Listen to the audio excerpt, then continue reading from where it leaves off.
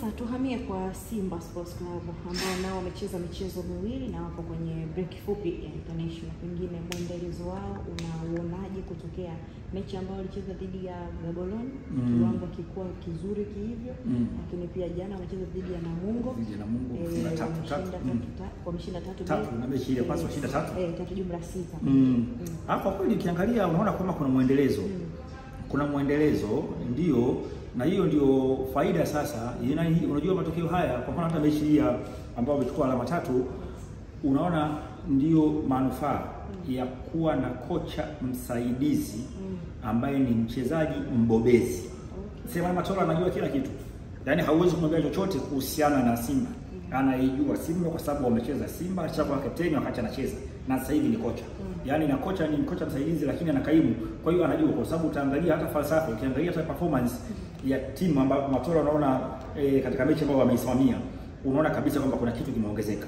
Ukiangalia jinsi ambavyo timu ilikuwa inacheza, ukiangalia hata accuracy rate, usahihi wa pasi, magoli ambayo wamefunga, confidence waliokuwa nayo wachezaji, unaona kabisa kwamba kuna kitu ambacho yani sema ni Matola yani amekitengeneza, kwa sababu yeye ana experience kama mchezaji, lakini pia ana experience kama amecheza kwenye timu hiyo na alikuwa nahodha wa timu hiyo. Kwa hiyo moja kati ya manufaa ambayo timu huwa inakuwa na kocha, ndio tumsali hapa kocha mkuu, kocha msaidizi ambaye amekuwa mchezaji wa timu hiyo. Ndio manufaa ambayo mwalimu Selemani Matola amethibitisha katika kipindi hichi ambacho bado ndio mjadala unaendelea kwamba kocha nini vitu gani, lakini kwa Matola kweli ameonekana kuwa na kitu ambacho amekifanya na ameendeleza kile ambacho Simba wamekuwa wakicheza kwa muda wote. Upande wako wewe, kuamini upande wa makocha wazao unazungumziaje? Makocha wazao bado tuna changamoto. Hata mimi tupo wote kwenye magrupu ya makocha, na mimi pia ni mwalimu ingawa ni kocha, na huwa tuna magrupu tunajadiliana kuhusiana na masuala ya coaching. Tumeona makocha wenzetu wengi wageni wamekuja hapa, wamekuwa wakitumia platform hii ya kwetu kutengeneza CV zao, wanapata timu kubwa, wanaondoka kwenda South Africa, wanaondoka kwenda wapi, nchi za wengine waenda Europe. Kwa hiyo kwa kweli hiyo ni changamoto.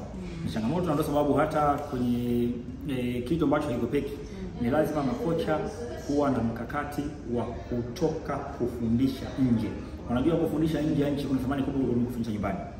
Nje ya nchi nabii hakubariki kuna thamani kubwa sana. Hata ukitoka, ndio sababu unaona kwa mfano South Africa au unaona hata wa Kongo mani unaona jinsi ambavyo wanavyosambaa katika nchi mbalimbali. Wanatengeneza CV, kwa sababu ukitoka hapo hata ukienda kufundisha Madagascar, hata ukienda kufundisha Somalia, hata ukienda kufundisha Djibouti, thamani yako inaongezeka. Kwa hiyo zinapotangazwa nafasi za ukocha wanaleta CV. Sasa ukileta CV ya kocha wetu sisi Tanzania, mimi hapa Ali Mayai nimeshafundisha timu ndio timu za Tanzania, timu ya TPA ya Dar es Salaam, ya CDA ya Dodoma. Wakati kocha mwingine yeye anakwambia ameshafundisha Ethiopia, ameshafundisha South Africa, ameshafundisha ndio, hata kama sio timu, sio kama head coach, assistant coach, ameshafundisha Egypt, ameshafundisha Djibouti. Kwa hiyo tu wenyewe inaonyesha kwamba experience yake ni zaidi ya wewe. Ndio sababu kwenye ushindani wanashinda makocha wa kigeni kuliko makocha wazao. Kwa hiyo ni moja kati ya kitu ambacho kweli ni lazima, na huwa tunazungumza ni lazima na sisi makocha wetu waanze kufikiria kutoka nje. Na kama sasa hivi tunazungumza, wewe unaona timu zetu zote, kwa mfano timu zote hizi 4, kwa maana Yanga, Simba, Azam na Singida Black Stars, unaona performance yao kwenye michuano ya kimataifa. Kwa hiyo kocha yote atakayemhitaji, criteria ya kwanza ni experience ya mashindano ya kimataifa. Kwa hiyo sasa ukienda hapa Tanzania sasa, labda mwalimu Hemed Morocco ndio hivyo, ambaye of course kwenye national team ndio of course ameweka rekodi hiyo ya kuweza kutufikisha hapo tulipo, lakini kwenye timu, kwenye vilabu bado tuna changamoto. Kwa hiyo ni lazima tuwe na mkakati wa kutafuta timu kama ambavyo wachezaji wanatafuta timu za kwenda kucheza, lakini pia na makocha ni lazima kutoka nje ya nchi kwa ajili ya kutengeneza CV. Umezungumza hapo na wewe ni kocha, lakini pia umeshakuwa kwenye magrupu mnazungumza. Mshawahi kuna makocha ambao washaikuwa wanatuma CV zao hasa kwenye vilabu ambavyo kwa vinahitaji kocha, kwa mfano saizi hapo karibuni Mwana Simba wanahitaji wa kocha. Pengine kuna watu ambao wapo walijaribu kufanya hivyo. Ndio, makocha wanatuma. Yako makocha wanatuma. Lakini sasa tunakwambia ushindani unakuwa ni mkubwa kwa sababu ya CV za makocha wetu bado zinakuwa hazina exposure na experience ya kufundisha nje ya Tanzania. Makocha wachache wa miaka ya nyuma ndio waliotoka kwenda Kenya kufundisha kidogo miaka ya nyuma, lakini kwa sasa kwa kweli bado hatuna rekodi hiyo. Kwa hiyo ni moja kati ya kitu ambacho kwa kweli wenzetu wanatuzidi wanaotoka nje kwa sababu ya malengo hata ya vilabu vyetu sio tu ligi ya NBC Premier League. Malengo ni CAF Champions League, CAF Confederation Cup. Ndio kama hivyo unavyoona Azam wanachukua kina Florent Ibenge kwa sababu ukimwangalia Ibenge CV yake unaona kabisa kwamba huyu hapa anaweza kutimiza malengo yale ambayo Azam wanahitaji. Na Simba inahitaji kocha wa aina gani kwa sasa unavyotazama? Haiko peke.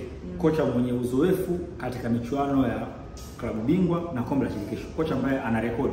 Kocha ambaye ameshafika kwenye hatua mbali. Kwa mfano kama Simba watafika kwenye hatua finali. Sasa kocha ambaye ana uwezo wa kufikisha hatua katika hatua zaidi ya hiyo. Kwa hiyo hiyo ni kitu ambacho iko peke. Kwamba lazima uwe na kocha ambaye ana CV ambayo ni kubwa.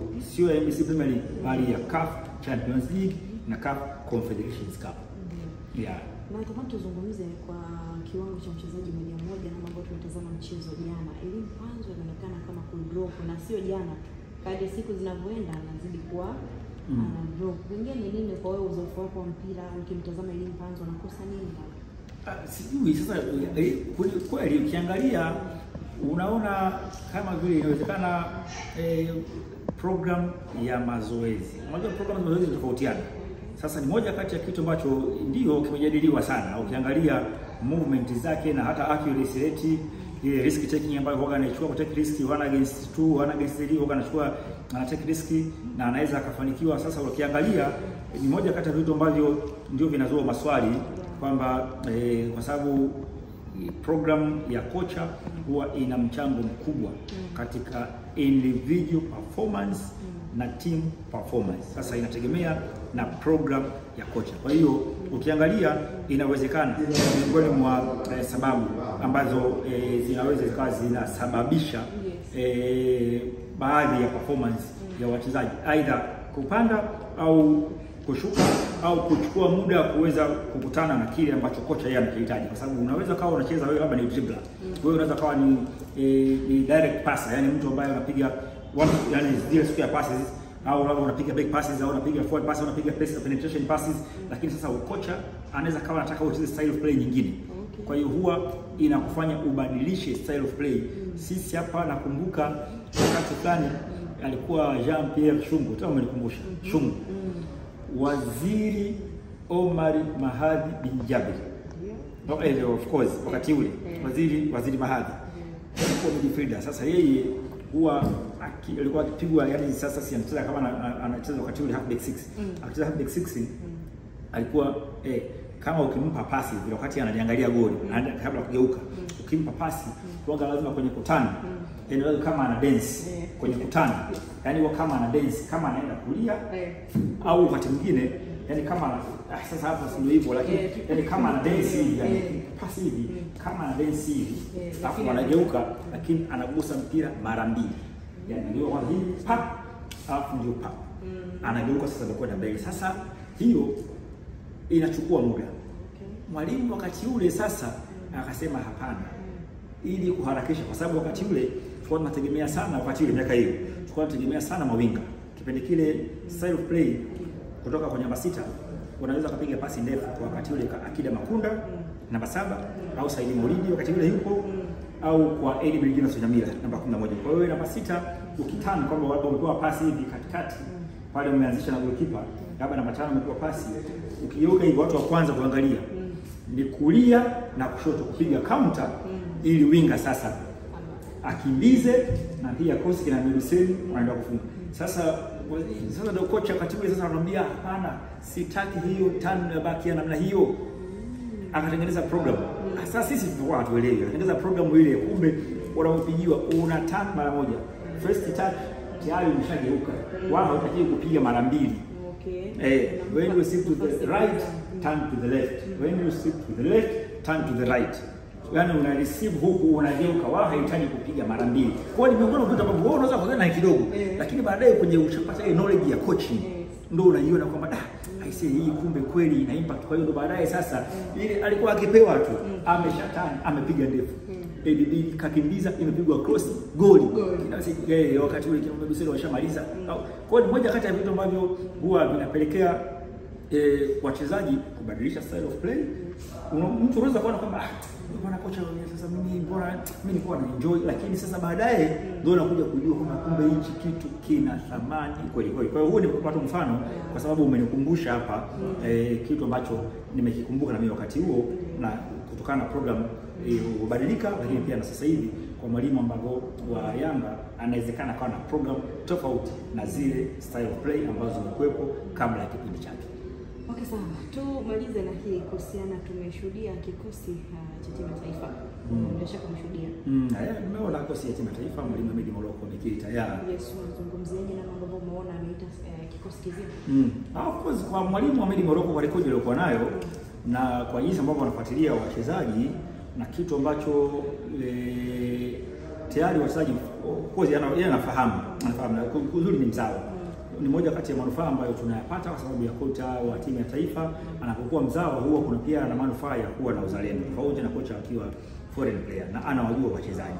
Kwa hiyo ni kitu ambacho kwa kweli tunaamini kwamba ana kile ambacho Watanzania wanakitaka, na kwa timu ya taifa kubwa ni kuhamasisha washabiki wa timu ya taifa wao wanajitokeza kwa support timu katika mechi za kimataifa. Okay, sawa, nikushukuru sana Ali Mayai. Asante sana.